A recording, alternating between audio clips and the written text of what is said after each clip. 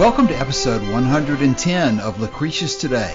This is a podcast dedicated to the poet Lucretius, who wrote On the Nature of Things, the only complete presentation of Epicurean philosophy left to us from the ancient world. I'm your host Cassius, and together with our panelists from the EpicureanFriends.com forum, we'll walk you through the poem and we'll discuss how Epicurean philosophy can apply to you today. We encourage you to study Epicurus for yourself, and we suggest the best place to start is the book Epicurus and His Philosophy by Canadian professor Norman DeWitt.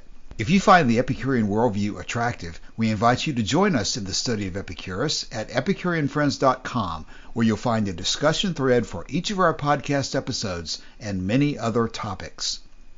At this point in our podcast, we've completed the poem, and we've turned to the presentation of Epicurean ethics found in Cicero's On Ends. Today is our second session on discussion of the Epicurean view of friendship. Now let's join Joshua reading today's text. I see then that friendship has been discussed by our school in three ways. Some denying that the pleasures which affect our friends are in themselves as desirable to us as those we desire for ourselves, a view which certain persons think shakes the foundation of friendship, still defend their position, and, in my opinion, easily escape their difficulties. For they affirm that friendship, like the virtues of which we spoke already, cannot be disassociated from pleasure. Now, since isolation and a life without friends abound in treacheries and alarms, reason herself advises us to procure friendships, by the acquisition of which the spirit is strengthened, and cannot then be severed from the hope of achieving pleasures. And as enmity, spitefulness, scorn are opposed to pleasures, so friendships are not only the truest promoters, but are actually efficient causes of pleasures, as well to a man's friends as to himself. And friends not only have the immediate enjoyment of these pleasures, but are elate with hope as regards the future and later times. Now, because we can by no means, apart from friendship, preserve the agreeableness of life strong and unbroken, nor further can we maintain friendship itself unless we esteem our friends in the same degree as ourselves. On that account, this principle is acted on in friendship, and so friendship is linked with pleasure. Truly, we both rejoice at the joy of our friends as much as at our own joy, and we are equally pained by their vexations. Therefore, the wise man will entertain the same feeling for his friends as for himself, and the very same efforts which he would undergo to procure his own pleasure, these he will undergo to procure that of his friend. And all that we said of the virtues to show how they always have their root in pleasures must be said over about friendship. For it was nobly declared by Epicurus almost in these words: it is one and the same feeling which strengthens the mind against the fear of eternal or everlasting evil, and which clearly sees that in this actual span of life, the protection afforded by friendship is the most powerful of all. There are, however, certain Epicureans who are somewhat more nervous in facing the reproaches of your school, but are still shrewd enough. These are afraid that if we suppose friendship to be desirable with a view to our own pleasure, friendship may appear to be altogether maimed, as it were. So they say that while the earliest meetings and associations and tendencies towards the establishment of familiarity do arise on account of pleasure, yet when the experience has gradually produced intimacy, then affection ripens to such a degree that though no interest be served by the friendship, yet friends are loved in themselves and for their own sake. Again, if by familiarity we get to love localities, shrines, cities, the exercise ground, the park, dogs, horses, and exhibitions either of gymnastics or of combats with beasts, how much more easily and properly may this come about when our familiarity is with human beings? Men are found to say that there is a certain treaty of alliance, which binds wise men not to esteem their friends less than they do themselves. Such alliance we not only understand to be possible, but often see it realized, and it is plain that nothing can be found more conducive to the pleasantness of life than union of this kind. From all these different views, we may conclude that not only are the principles of friendship left unconstrained if the supreme good be made to reside in pleasure, but that without this view, it is entirely impossible to discover a basis for friendship. Joshua, thanks for reading that for us this morning. I remember last week when we were discussing how we were going forward with friendship, I made the comment that it was interesting to me that friendship had been segregated out at the end of this list of topics to discuss and given such a primary place of importance.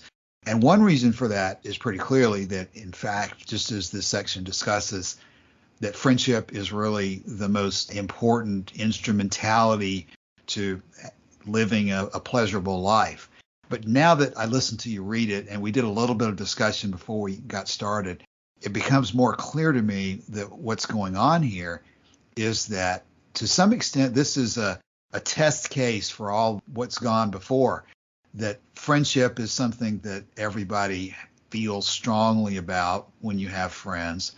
And what I think we'll end up discussing today, when we talk about the three ways he says that this is looked at within the Epicurean school, I think we're going to see that this is really a great test for your position on whether pleasure is ultimately either the greatest good or the goal, the guide, or whatever you'd like to consider it to be at the summit, or whether something that's near and dear to us, even as friends are, can become goals in and of themselves.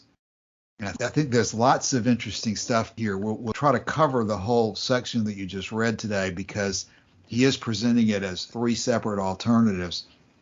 And I think we ought to dive into that, how they're divided up, and discuss those details. But I will repeat at the very beginning, the point that people do talk about all the time with Epicurus is obviously he's identified friendship as something extremely important in preserving life and a happy and pleasurable experience in life. And so we don't want to lose sight of that fact in the details that we're about to dive into. Friendship is something that everybody of whatever philosophy or religion has friends and considers it to be important, but Epicurus does point it out specifically as one of the things that you certainly have to have in order to successfully live a pleasurable life. In fact, I think on the forum recently we had some posts where we were identifying two things in particular that Epicurus had stressed. One of them was friendship and the other one was prudence as extremely important instruments towards pleasurable living. But let's talk about, in general, to organize the discussion. The section is introduced by saying that I see that friendship has been discussed by our school in three ways. And rather than attempt to do them sequentially, let's see the forest before we examine the trees and talk about the three divisions of the forest. And that's not necessarily going to be easy, and we possibly revise the way we describe it as we go through. But what do we think these three ways are in general here at the beginning of our discussion anyway? Who wants to start, Joshua or Martin? Yeah. I mean, the first thing about is the obvious one. So the obvious advantages we get from alliances, so we start building friendship with this one to have all these advantages listed there. But because we then do things together, we maybe even go through tough times together and make it through it, and this will create bonding. Huh? And then this bonding becomes something where the friendship becomes something on its own. Even if after that the objectives have been achieved, but we will still continue this friendship, and so then this friendship appears to be something on its own, but actually we gain a different kind of pleasure from it then. Huh? So just enjoying this friendship, even though the issues for which we started the friendship have been resolved already, and we would need that particular friendship for those purposes anymore. But once we have this bonding, we like to be with a friend and do things together. And so in that way, we still have some pleasure. So this is the second one. And for the third one, I need to get some help. I still don't get the third. Okay. I was going to say after you finished, I was going to say, please put them 1, 2, and 3, but then you did at the very end discuss the 1, 2, and 3, and so that's clear enough at the moment. It'll be interesting, I think, to see if at the end of our podcast today we're able to do it more clearly than we can at the beginning. Joshua, how would you break those down? Well, the first thing I should clarify maybe for listeners is that we've just sort of done this up in the last 10 minutes, haven't we? Trying to break these down. Yes. It's very possible that we have made a mistake here or done it wrong. But it seems to me that if I could break them down 1, 2, and 3, the first view, let me get the language exact. The first way that friendship has been discussed by the Epicurean school is to say that while the pleasure of the individual is always foremost, that's always the goal, right? And the proper pursuit, the only thing really to be pursued in itself. This is the first view. Friendship, nevertheless, is instrumental for that pleasure. So while we always, according to this first view, will take our own interests first, friendship is a great promoter, as it said, one of the only truest promoter and deficient cause of pleasure. And maybe I shouldn't have said that because that sort of invites commentary in itself. The second way is, I think, sort of what Martin expressed very well, is the idea that while in the early stages of friendship, while you start out concerned primarily with your own interest, which is the pursuit of pleasure, you eventually build up through common experience and common struggle and common success. You sort of build up to the point where your friendship with this person is not necessarily instrumental strictly for the pursuit of pleasure. I guess what comes to mind here for me is this is said in weddings between romantic partners, but you could say it between friends as well. Something like in sickness and in health, in good times and in bad. Eventually, your familiarity with your friends and your fondness for them and that bond that Martin was talking about that you develop with them, eventually you sort of build up to the point where even in bad times, you don't want to forsake your friends. And then the third view, I would say, is sort of this idealized view of friendship where from the very beginning, you start out with the understanding, and actually the term that's used here is the Treaty of Alliance. So think of like the North Atlantic Treaty Organization, for example. That famous article, was that Article 11 or something, that's actually very poignantly in the news right now. And the idea that you take your friend's interest for your own, I guess maybe with the view that that's going to be instrumental for your pleasure. But the immediate concern with friendship there, starting from the very beginning, is that you esteem your friend no less than you esteem yourself. So that's kind of the way I would try and break down the three. I wonder if you would have anything to add to that, Cassius, or if you would agree with that? Or I'm going to agree with much of what you just said, Joshua. And one of the first things I'd agree with is what you said about the fact that everybody always needs to remember in these podcasts that we're doing the best we can, but we're not professional philosophers, and we operate under the same handicaps that everybody else does. And so we're working through all this ourselves at the same time that we're bringing you the podcast. We hope that everybody will work through it on their own as well, and maybe even talk with us about it. That's what we have the forum for. We'll certainly have a thread that goes along with this particular episode. So that's the first important thing, is that I think all of us reserve the right to revise or extend our remarks at any time in the future, or even totally flip-flop and take the opposite position from what we're taking right now. At least I would, because I could certainly see the possibility of looking at this a couple of different ways. And that'll be my next point, is that from one perspective, it looks like the focus is on the origination of friendship and then the continuation, as if the controversy is something about that it can originate in different ways and then it continues in different ways. So it's sort of an issue of the way it originates and develops over time. But I'm beginning to reject that as the major issue, because I'm thinking at this moment that the major issue is the subset of the big issue of the philosophy, which is in fact pleasure at the top of the pyramid, and is everything else judged by whether it brings pleasure or not? Because I begin to see the possibility that the second two options are wavering from that ultimate position of Epicurus that everything has to be judged by whether it brings pleasure.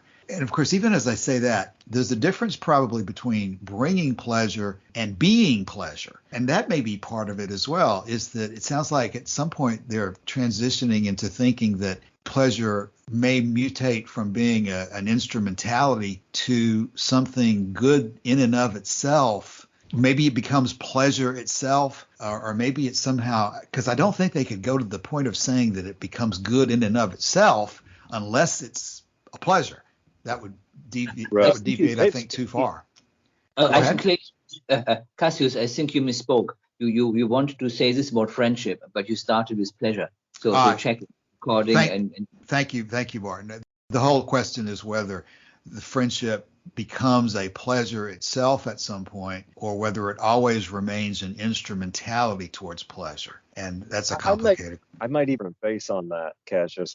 In the first view of friendship here, it seems to be saying that, we're looking to friendship as instrumental towards pleasure. Almost the conclusion you would derive from that is if the friendship stops being pleasurable, you would stop the friendship. Right. Whereas in the second view, it seems to say that you develop this bond of affection. And I don't understand it to be the case that friendship sort of becomes good in itself, apart from any concern about pleasure. I certainly don't think Torquatus would be saying that. But I think what eventually happens in friendship is that you get sort of this meta level pleasure through friendship, right? That even when things aren't good, even when you and your friend maybe are not getting along, there's this store of memory built up between the two of you, and you've been through so much and you understand each other so well that even when there's pain being derived from the friendship, there's also this meta level experience of pleasure, this sort of background pleasure. I guess I'm thinking like the background radiation in the universe or something,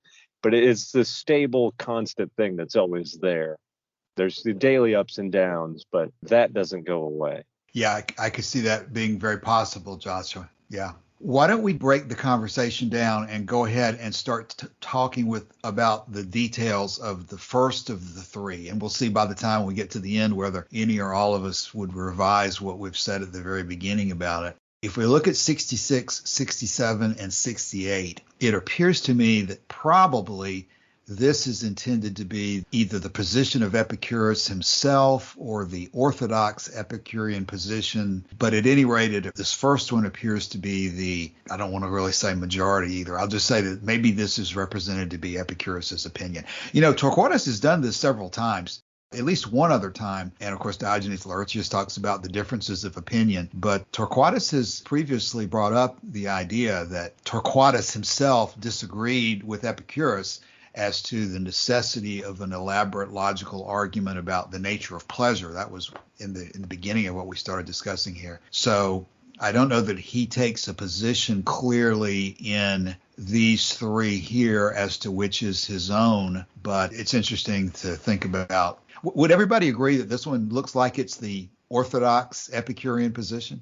Well, it is under this heading that he does quote Epicurus almost in these words. He says, so almost exactly. He says, it is one and the same feeling which strengthens the mind against the fear of eternal or lasting evil, and which clearly sees that in this actual span of life, the protection afforded by friendship is the most powerful of all. So I think probably you're right about that. Okay. He intends the first one to be the most orthodox view, which is why he also gives it 3 paragraphs instead of. Yeah, that's probably true too. That's a good point. Makes it first and gives it the longest treatment, and the last one he gives the shortest treatment to. So really the first one appears to me to be that friendship arises as an instrumentality towards pleasure, and it remains an instrumentality towards pleasure. And whether or not, go ahead, Joshua. And that's not a bad thing. And that's not a bad thing. Exactly right. Because that's why 3 paragraphs are devoted to it. And we'll take that up, that he's explaining that that's not a bad thing for the reasons that we're about to go into. In my opinion, they easily, okay, there he says, in my opinion, that may not be definitive as to which one he takes, but he says, in my opinion, they easily escape from any difficulty in those who argue against their position. Because that's basically, it's very fundamental that we've discussed in many situations that Epicurus takes the position that pleasure is the goal and everything else is judged by whether that action is ultimately, we had that discussion last week about time, but it's really not as much time as it is ultimately in the sense of in the big picture, no matter how much time is involved, whether it produces more pleasure than pain or not. So this first one is it arises as an instrumentality towards pleasure. It remains an instrumentality towards pleasure. And as Joshua phrased it eloquently, that's not a bad thing. It's totally philosophically defensible. It makes sense under the scheme of the philosophy. And there's no reason whatsoever that we should allow ourselves to be backed into a corner or embarrassed or apologize for that position. And so we need to spend some time talking about the argument here about why that's not a problem. And I guess the first point here is that they affirm that friendship, like the virtues of which we've spoken already, cannot be dissociated from pleasure, that a life without friendship abounds in treacheries and alarms, and so therefore all reason herself advises us to procure friendships by which our spirits are strengthened, and that can't be severed from the hope of achieving pleasure. So that's one way to say it. Any comment on that? Because we'll go to the second paragraph, if not. Well, let me slightly complicate the entire conversation with two additional factors to consider. Okay. One is this issue of security that constantly comes up in Epicurean writings and that Norman DeWitt has characterized as the catchphrase, which we cannot find in material of peace. Yes, peace and safety. Friendship seems to be not only instrumental toward pleasure, but also it forms a part of the foundation of a secure and unassailable life. Now, you're just saying there that a secure and unassailable life, safety is a pleasure, I guess, right? Well, yeah, it's a necessary precondition for pleasure. Maybe, I don't know if I want to commit to that idea, but it's difficult to live a pleasant life if you're constantly being troubled by outside influences. In fact, fear in particular is thought to be sort of the great enemy of a life of pleasure, which is why we have to get over our fear of death and get over our fear of the gods. And when you look into the principal doctrines and the Vatican sayings, there's quite a lot about affording protection against other men. And I think friendship is one component of that. But I wouldn't say that safety is good in itself any more than I would say friendship is good in itself, because both of them are instrumental toward the good, which is pleasure. Okay. Was there a second point you wanted to make too when you started off? But I guess I don't even know. Let me bounce this idea off you, because there is that quote, which I think you yourself, Cassius, have taken issue with in Diogenes Laertius, in which he says something to the effect of, nor will the wise man marry, but sometimes he will marry. Or conversely, you could translate it as the wise man will marry, but sometimes he won't marry.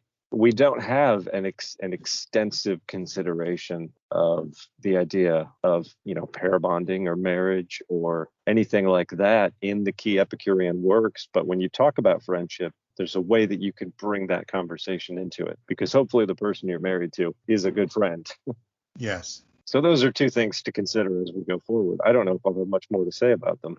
Yeah, I certainly agree that the issues of friendship and marriage are, while they're not identical by any means, they are closely related, because you certainly want the marriage relationship to be a friendship relationship as well, if possible. And so just the understanding of what the friendship relationship is going to be critical to both. I don't really know what the other Greek philosophers talk about the nature of friendship to be. I guess I've heard somewhere that Aristotle talks about a friend being a second self or something like that. I don't guess you brought any stories today, Joshua, that would enlighten on that point. Or are there other classic Greek attitudes towards pleasure that we ought to be considering before we go any further?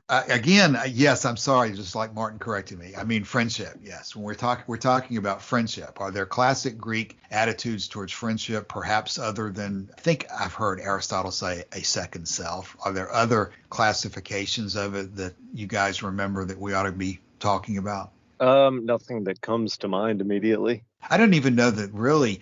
Is friendship a virtue? I'm getting resistance to that idea. I couldn't quite. As I think about asking the question, I'm not sure what I think it's probably not. It wouldn't make sense. It's more like doing the commitments which come with the friendship. No? So that one would be fulfilling these commitments. That would be virtuous. But the friendship itself is just doesn't fall into that category of being a virtue.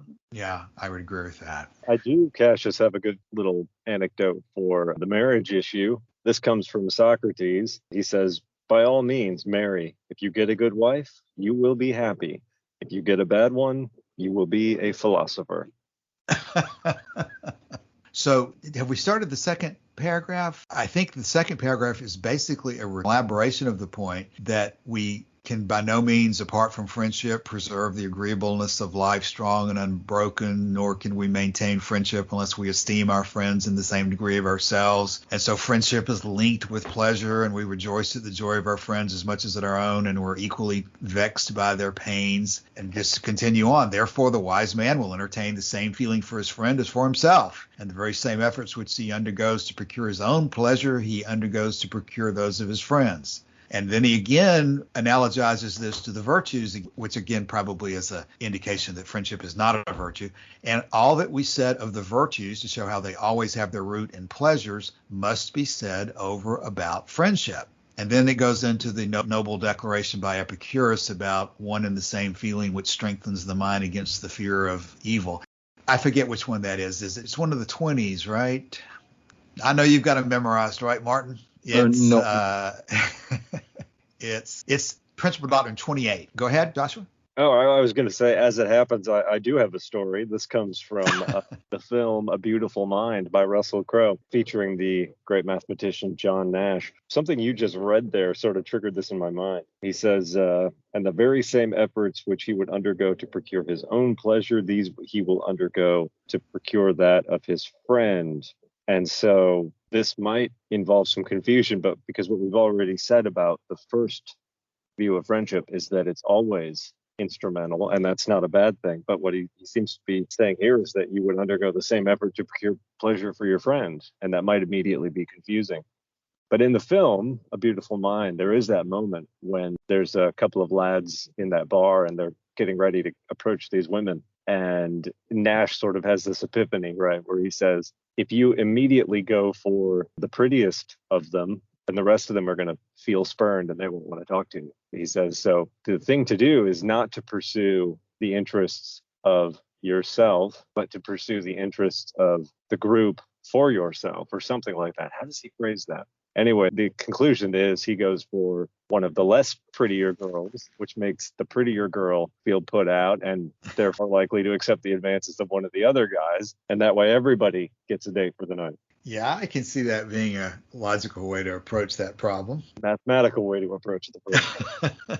So I don't know if that helps anything that we're talking about. But, it gives me time to think. And the more I think about what your illustration and what we're talking about, and Doctrine 28, which is the same knowledge that makes one confident that nothing dreadful is eternal or long-lasting, also recognizes in the face of these limited evils the security afforded by friendship. And so I don't think I see any real contradiction to be worried about. Whether you are placing your own interest first or the other people's interest first for a particular moment or for some period of time, you're still doing it because you want to live a pleasurable life. So I don't think I see anything to be worried about, that there's any problem in defending it. I think the position he's taking is exactly the right one. The next line is, therefore, the wise man will entertain the same feeling for his friend as for himself, and the same effort he would undergo to produce his own pleasure, these he will undergo to produce the pleasure of his friend. And that's the same situation as with virtue, like he's saying. So,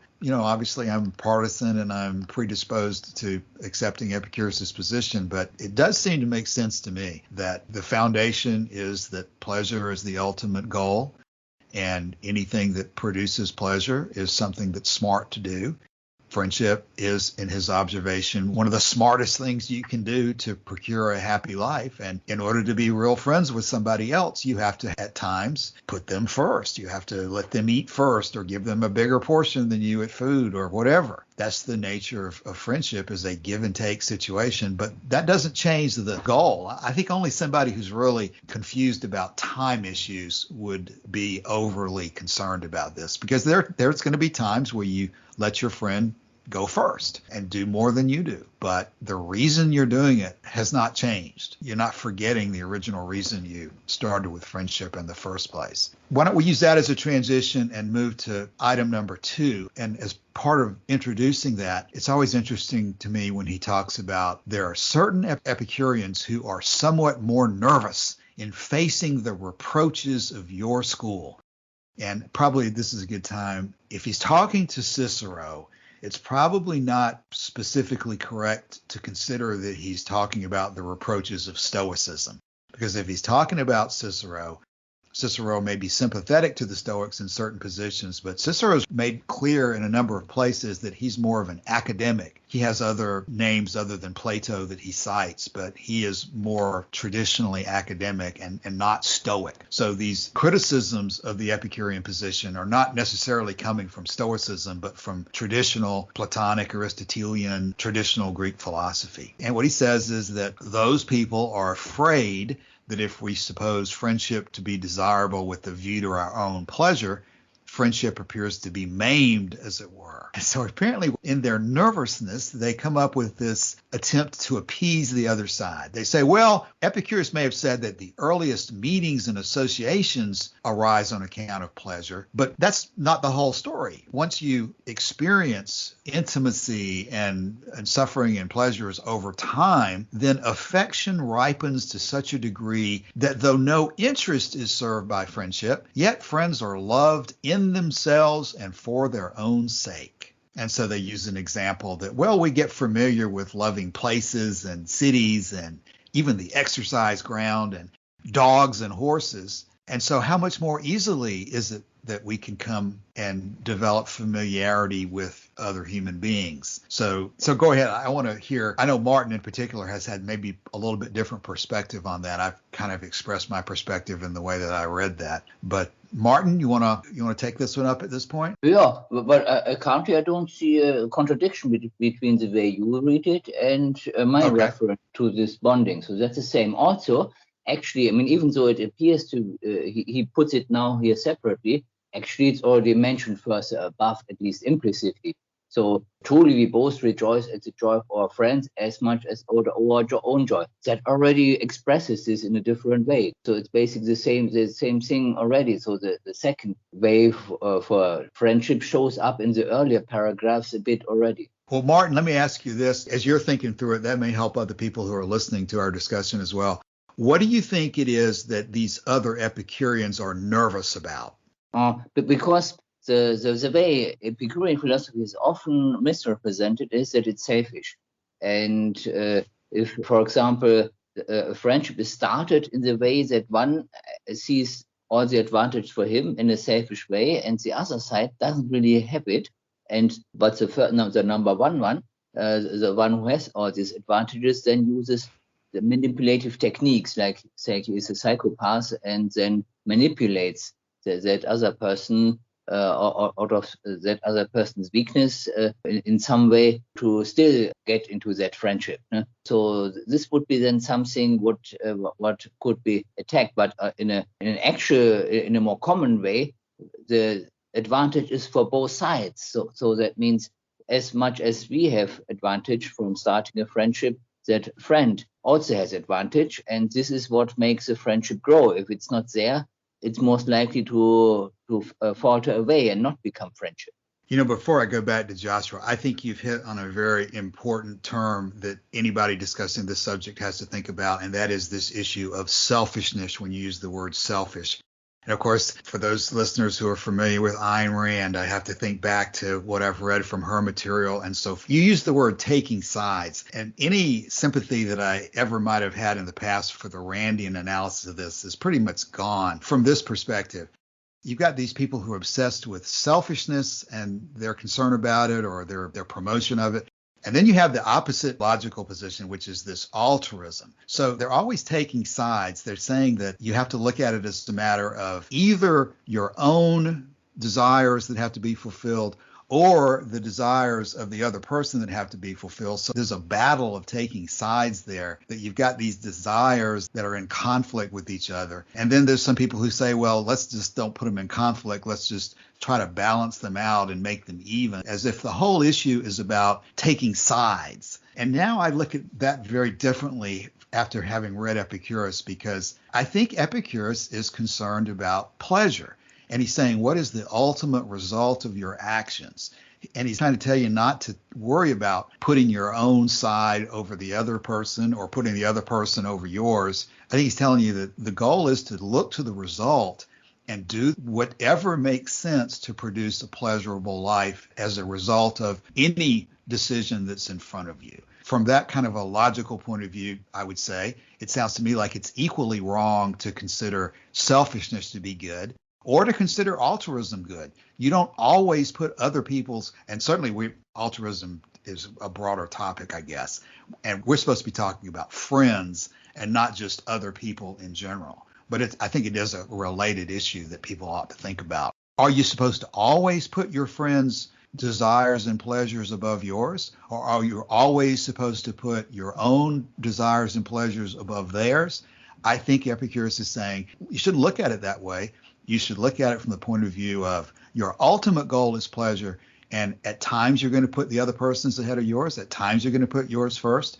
But you're never losing sight of the ultimate goal of living a pleasurable life.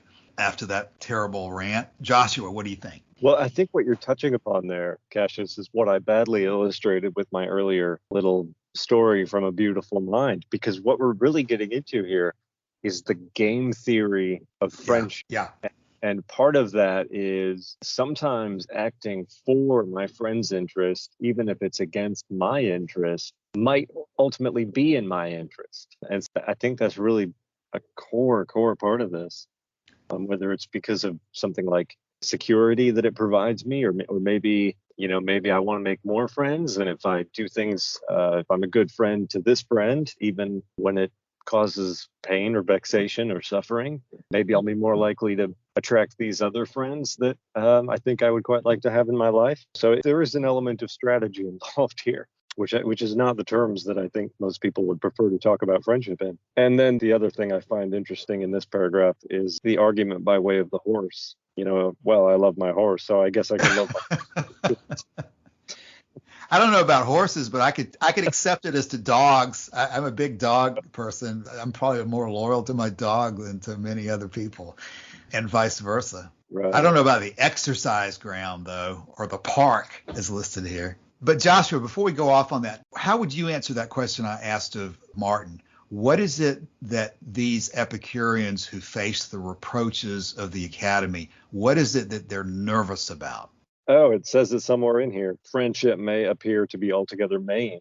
And why does it appear to be maimed in their point of view?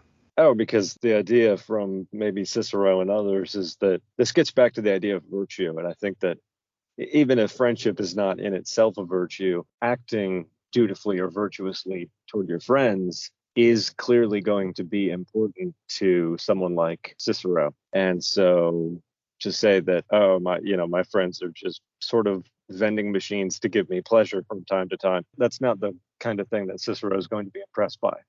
Yeah, it really strikes me as you say that. They're just scared of being classified as pleasure seekers. It's like the word is so poisoned. The concept is such a negative one in their eyes that they cannot accept that justification for anything other than the most superficial events of life. I mean, they might say that I take pleasure in eating ice cream, but as far as any relationships that are more important than that, pleasure is just banished as a motivation. Right. Well, let's go to the third one. And I think even though it doesn't say third here, Joshua, I think, pointed out that it is the third one in section 70. It doesn't say others, but it says men are found to say that there's a certain treaty of alliance which binds wise men not to esteem their friends less than they do themselves. And they say that the alliance we understand to be possible, but often see it realized, and that nothing's more conducive to pleasantness than a life of this kind. So we have the third position presented in approximately 2 sentences. as opposed to 2 paragraphs or 3 paragraphs or a full paragraph devoted to the other 2. This last one is 2 sentences long. So Joshua first, I guess, at this point, how do you distinguish the third option from the other 2? Well, the reason I think it is the third option, because you're right, in the first paragraph we have some people, and then we have in 69, there are, however, certain Epicureans, and there's not that kind of thing in 70. I'm hanging a lot on the word are, which if you emphasize it, men are bound to say that there is a certain treaty of alliance which binds wise men not to esteem their friends less than they do themselves. So this, I think, is kind of giving ground over to the Ciceronian position that we were talking about a little bit ago, and saying that you do right by your friend because they wouldn't necessarily put pleasure as the answer first and foremost. What it really results in here in the last paragraph is sort of just cloaking the problem in a lot of language that really confuses it rather than clarifies it. Because nowhere in here does it say, well, okay, why do you do a treaty of alliance with your friend? What's the ultimate goal of that? It does kind of say here in the end, nothing can be found more conducive to the pleasantness of life than union of this kind. But there's no frank admission that pleasure is the goal. Yes, that's a good point. I'm placing too much reliance on the English of this particular translation, but the words that stick out at me, treaty of alliance, and then the word binds. I don't know if that actually exists in the Latin. That binding might be religio or something. I just see sort of a appeal to some kind of a duty or some kind of sort of an abstract, almost ideal treaty of alliance, I guess. At the very least, an obligation. Yes, an obligation. You have an obligation which I guess consistently with it being the third one that's given the least treatment, just sort of a generic, ambiguous acknowledgement of an obligation without really a rigorous attempt to define where it comes from or how strong it is or why you should follow it. It's just sort of you guys are right. Go ahead, Martin. I don't see it as a duty or obligation, because we went into this friendship treaty on equal terms, or approximately voluntarily. So we volunteer to it. So it's a commitment. So it's not an obligation, it's a commitment. So you're just looking at it as a commitment that you've made from the very beginning, that you're going to honor that commitment, and that's all you need to worry about. Yes, exactly. And then it's not an obligation or not a duty, because it's not imposed on me, but I committed that I will stand by this treaty. I guess that raises questions about under what circumstances a treaty should be or could be broken in just terms. But that has been covered elsewhere in Epicurus' text. If conditions are changed so that the preconditions, the reasons for the treaty are no more apply, so then we can consider whether we dissolve the treaty. When you say that, that reminds me that there's really not a reference here to the example of dying for your friend, unless I miss it somewhere. In this discussion, they really haven't brought in the example that sometimes your interest in your friend's pleasure or whatever are going to be so strong that you would actually die for them. But it's implied. It's implied, because if you talk about security, and you have friendship for security, it means you stand together when there's an external threat. And that means it may happen that someone dies in order to defend the friends together. Well, I don't know that we're ready to close quite yet by any means, but we can sum it all up in this last sentence.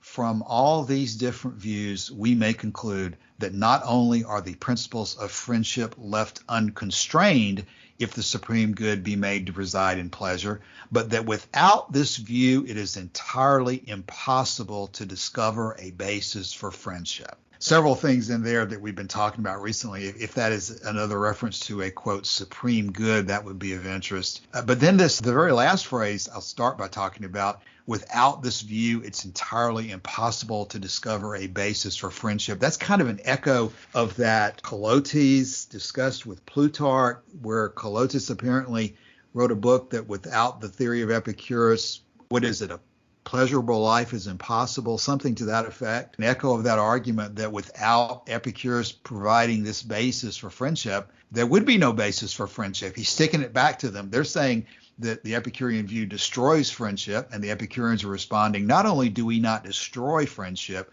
we provide you the only real basis that's discoverable for friendship, which is one of those things I like to see, major conflict back and forth and sticking it to the other side and saying, not only are you wrong, you're absolutely absurd in your position in criticizing Epicurus. But impossible to discover a basis for friendship to me means we're not going to look to God. We're not going to look to virtue. We're not going to look to some ideal floating in the sky. Friendship has a basis either in, just like everything else, bringing us a pleasurable life, or it has no basis at all, regardless of what you think, Cicero, about how inappropriate that argument is. Yeah, I think that's really the key takeaway here. And I think in the end there, it's summed up very well. There's an unflinching claim, planting your flag in the ground, that pleasure, how does he word this? The supreme good be made to reside in pleasure, and that without this view, it is entirely impossible to discover a basis for friendship.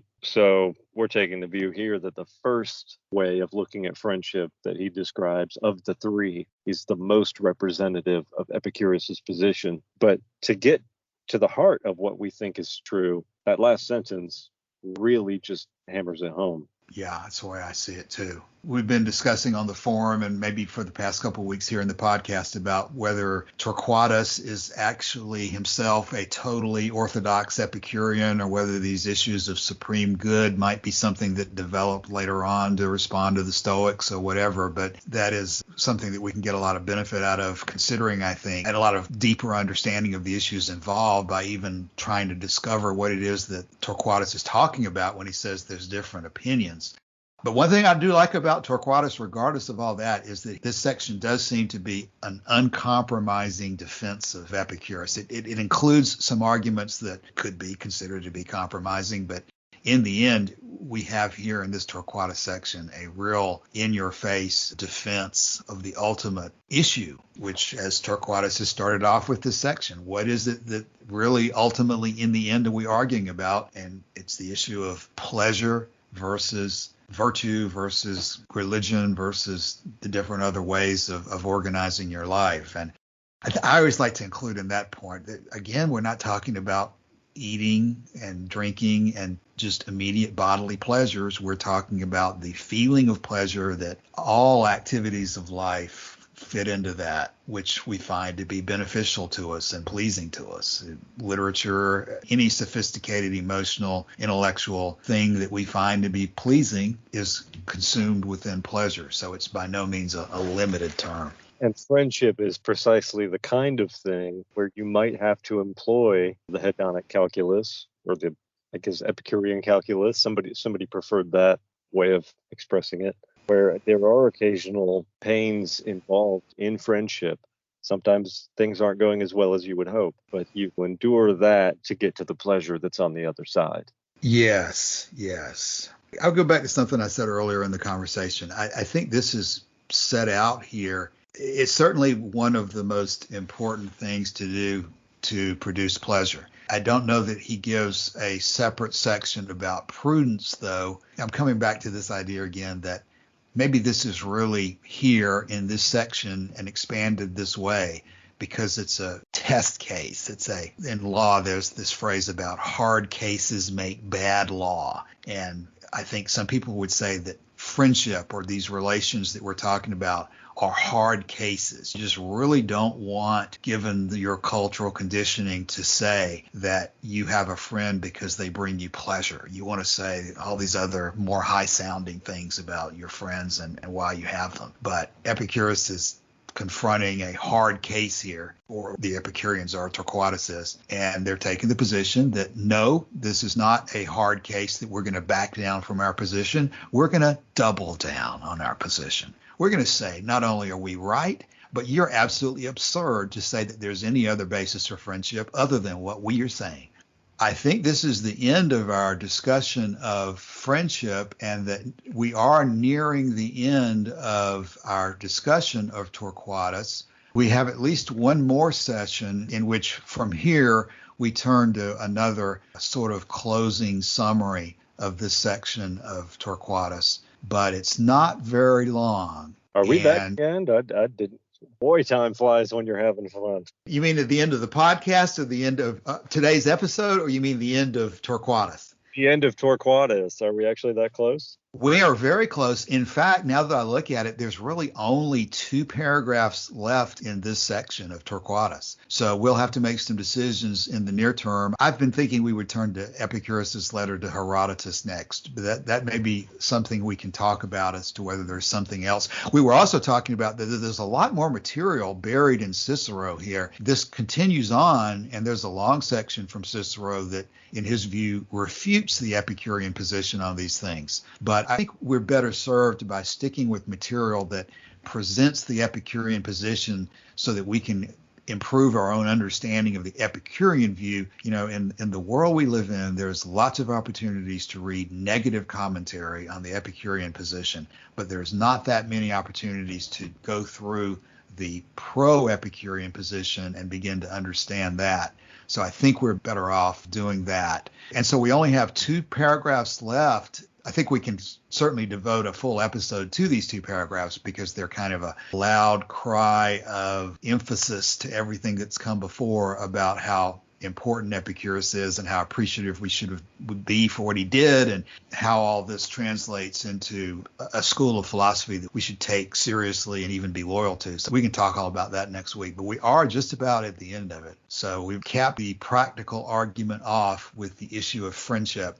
As this is right near the end of the Torquatus section, that kind of puts a whole new light on this, doesn't it? I didn't know that we were that close to the end, but this is the sort of the last thing he wanted to really hammer home, was this issue of friendship. Yes, and he started out by saying that he wasn't really going to attempt to give a presentation of the whole philosophy. He was really going to focus on the ethical question of pleasure. But he has kind of expanded off into these other issues other than things that are strictly ethics. But really, ethics has remained the center, and this is sort of the final detailed part of the argument before he summarizes. I was going to say it's the capstone. I don't know whether that's the right analogy or not, but this is the specific issue that he has chosen to illustrate everything that he's discussed previously. And I think I'm going to stick with my analogy that this may be a situation where you roll out the big guns and you go after a hard case that others might think you're going to retreat from. And instead of retreating from it, you launch all barrels and you charge right to the center of their attack, center of their line.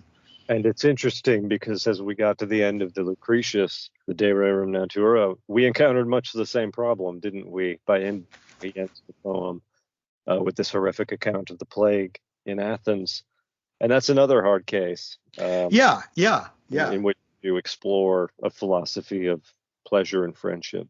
Yeah, I think we're on the right track with that. Yeah, I wasn't sure what you were about to say, but now that you think about it, yes, and it does kind of involve the same type of issue. It's your relationship with your loved ones and your friends around you. You see that they're dying in miserable ways, and you're torn by that, and you're tempted to just discard everything you've learned and say, roll out the sacrificial cows. We're going back to religion because we can't handle this on our own. So maybe to some extent there is a parallel there. That you're right, Joshua. It's the ultimate hard case in Lucretius to deal with the horrors of death of your friends and yourselves and everybody you love, but you stick with the philosophy even so. I have to think still that parallel to what we're seeing here in Torquatus, there would have or should have been some kind of a final climactic ending of praise for Epicurus and what he's said before, even in Lucretius, but apparently not. But here there is going to be one. This presentation has a closing section that kind of mirrors the opening sections of the books of Lucretius, because what he's going to do in 71 and 72 is what Lucretius does in several of the openings of the different books. And what Lucian does at the very end of Xander the Oracle Monger. Yes. Sort of I don't know what you would call it, but praise for Epicurus at the very end of that work. Yes. It's almost like I'm looking at this final 2 paragraphs for next week. It's almost like we need to have somebody set them to music or have somebody sing them or something, because they really are well stated in the English, and it's just like the ultimate. I guess Lucretius opens this with a hymn to Venus, and these paragraphs that we're going to talk about next week are almost a hymn to Epicurus in a sense. And it gives me that chance again. one of my favorite lines about being ashamed that we did not learn these things as children. I've always liked that line. And instead we have to go on learning them into old age because we weren't taught correctly from the beginning. Okay, closing comments for today. Martin. No, I'm good. Joshua. I'm gonna give you the option to cut this out. But as we talk about horrible things like the plague in Athens, I was looking into the Herculaneum material. I didn't know this, but there's a wooden sort of a crib or like a little carriage that survived the ash of the volcano in Herculaneum. And it's on rockers and it's in pretty good condition. But they found an infant child wrapped in a wool blanket in that little cradle. Gosh. Oh, it's terrible, isn't it? Yeah, it was terrible. I don't know why I'm bringing this into the podcast right now, but well, it's kind of a downer to conclude it, but really, and of course I talked about learning things as children and so forth, but we can treat it the same way as Lucretius did in book 6. I mean, there's no doubt about it that life is full of bad things that happen to us, and we have to be ready for those things. We can choose to be a stoic, and we can choose to just almost deny that they occur or that we are within reach of them, and that's just not true. When those things happen, we're touched very deeply by them, and we can deny them and try to become a stoic, or we can become some kind of a nihilist or some kind of just absolutely depressed and give up in the face of all these problems that we know are out there, or we can choose to focus on the pleasure that's available to us while we are alive and how easy it is to live a pleasurable life if we organize our lives properly, and that no matter how great the pain or the torture might be that comes our way, that there's a ready escape from it if we have to, but that eternity is a long time and we're not going to be alive but for a short time, so we need to use the time that we have in the best way we possibly can and not sit around agonizing over the bad things of life that we can do nothing about. I think that's why we're doing the podcast and discussing Epicurus. It's constantly a temptation just to give in depression and cynicism and say, oh me, oh my, how terrible my lot is in life, how nasty, brutish, and short it is. But that would be a mistake from the position that Epicurus is arguing. Well, I'm glad you were able to make something out of that. I'm quite happy to end on that. Yeah, that's a good place to end. The whole episode with Herculaneum getting buried and really is another example of just what Lucretius was talking about at the end of the book. These things happen, and we're all going to die. We're all going to die at some point, and nothing in philosophy can change that. We just have to decide what. I think there's a line in one of the Lord of the Rings that I think about. I know you're going there. What's that? Feel Go ahead. You can quote it better than I can. What's the line? Oh, he says, Frodo says, I wish the ring had never come to me. I wish none of this had happened. And Gandalf says, so do I, and so do all who live to see such times. But that is not for us to decide. All we have to decide is what to do with the time that is given to us. That is exactly the line I was looking for. All that we have to do is decide what to do with the time that is given to us. That's a good line. And it's a good way to end the podcast, unless someone has something else. Hearing none, we can declare the episode over. We'll come back with one more next week on this, and then we'll move on further. So thanks for your time today, and we'll talk again soon. Thank you. Bye. Okay, bye.